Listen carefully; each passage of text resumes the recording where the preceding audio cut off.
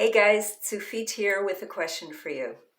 So I've been on YouTube for like 17 seconds.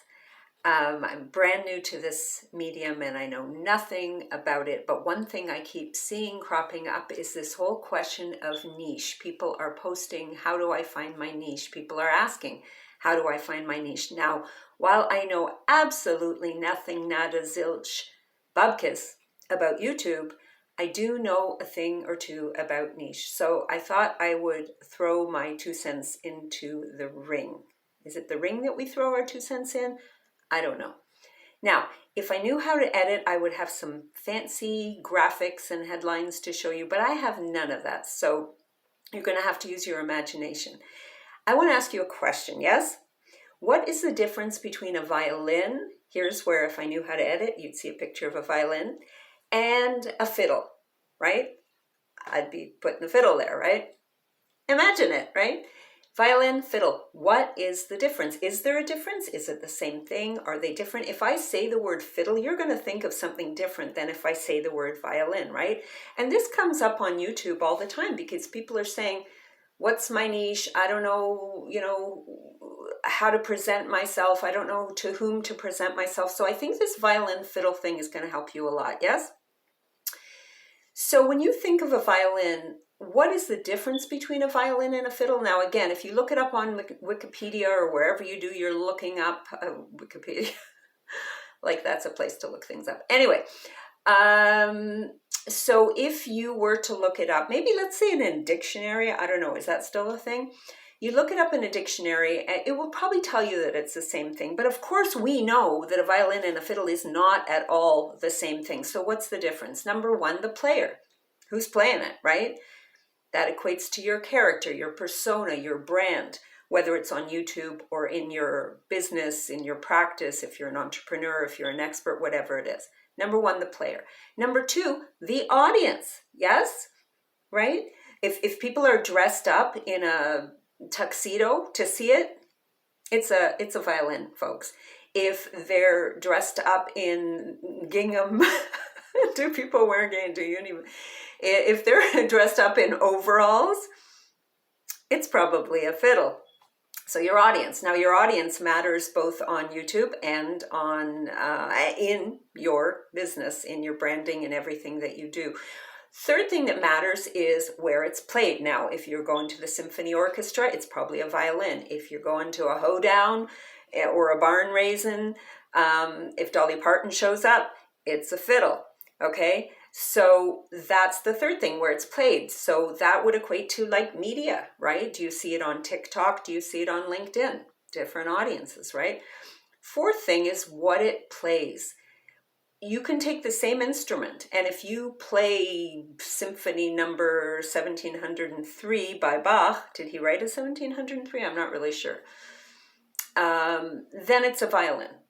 But if it's played by Earl Scruggs, I think he played the banjo? Yes, I don't know. But whatever it is, if it's played by a guy in a straw hat, it's a fiddle. And what he plays. Sorry, I was on what, not who. Oh my God, Sufi, keep this straight. So what he plays, if he's playing a hoedown kind of music, it's a fiddle. So that's the fourth thing. The fifth differentiator is the price. How much do people pay for it? If people pay $18,943, it's probably a violin. If they pay $304, maybe it's a fiddle. Now, I don't know. I have not gone fiddle shopping lately, but I'm just guessing.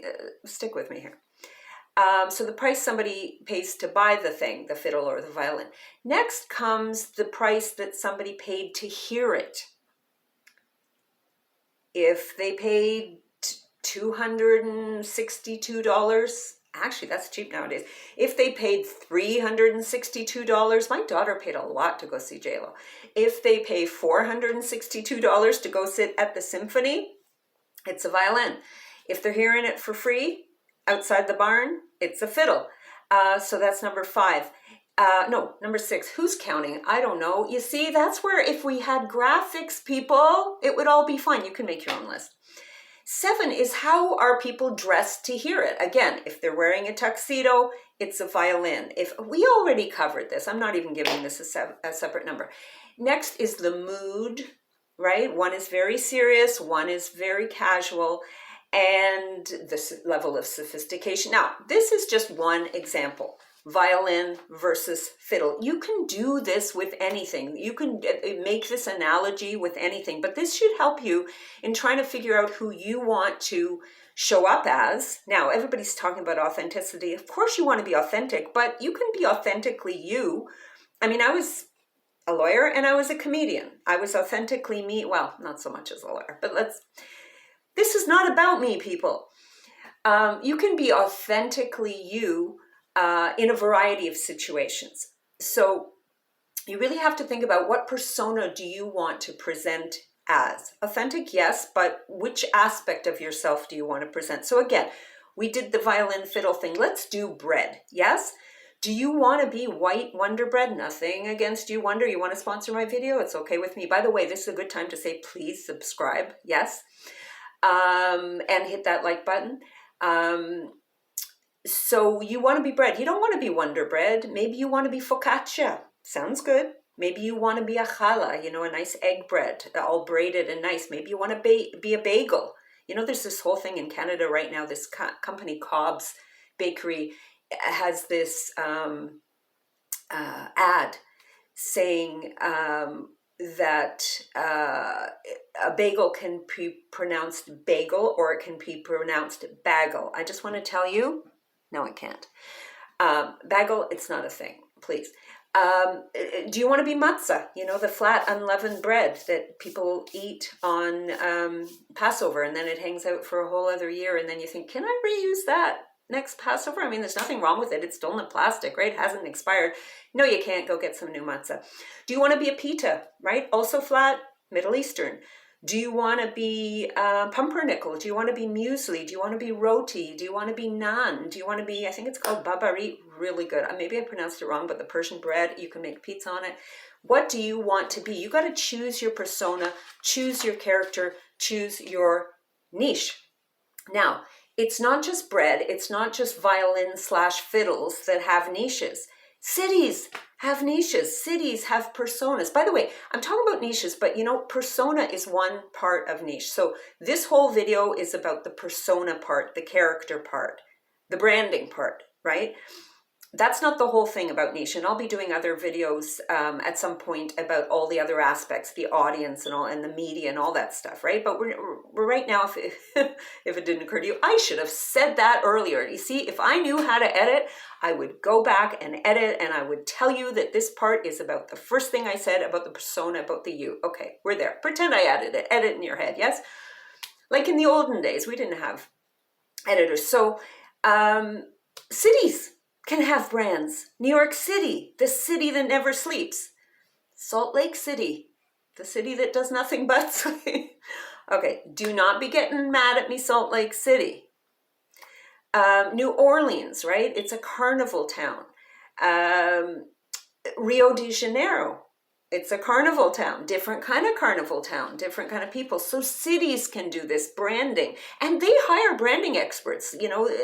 Little dinky little cities will go pay money so that they're known as the coolest place in their state or in their province.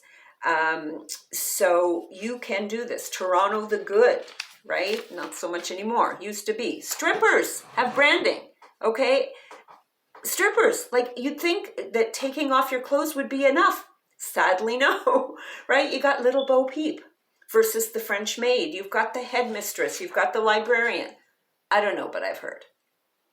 So how do you apply this to your business? Well, there's a really great example. A guy named Larry Winget, W-I-N-G-E-T. He calls himself, or he's been called, I don't know, the pit bull of personal development. I think he calls himself not an inspirational speaker. He calls himself an irritational speaker. And trust me, he is. I've seen him speak. The light is changing. Once again, if we had an editor, we would hear. Does it help if I even just, yeah, no, doesn't. Who cares? Who cares? So, yeah, he did this. You can do this. You can brand yourself in such a way that you stand out from all the other people saying all the stuff that you're saying. See the shadow on one side, the light on the other side? It doesn't matter, because that's what you see. I'm branding myself as mysterious. Do I look mysterious to you? Or just like somebody who has no clue how to film herself? Doesn't matter. This goes under hashtag authentic. Yes, I'm hoping at least I get the authentic score.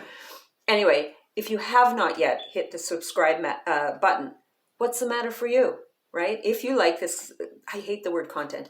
If you like what I'm sharing with you today, please hit subscribe, hit like, and stay tuned for more. Yes? Yes or yes?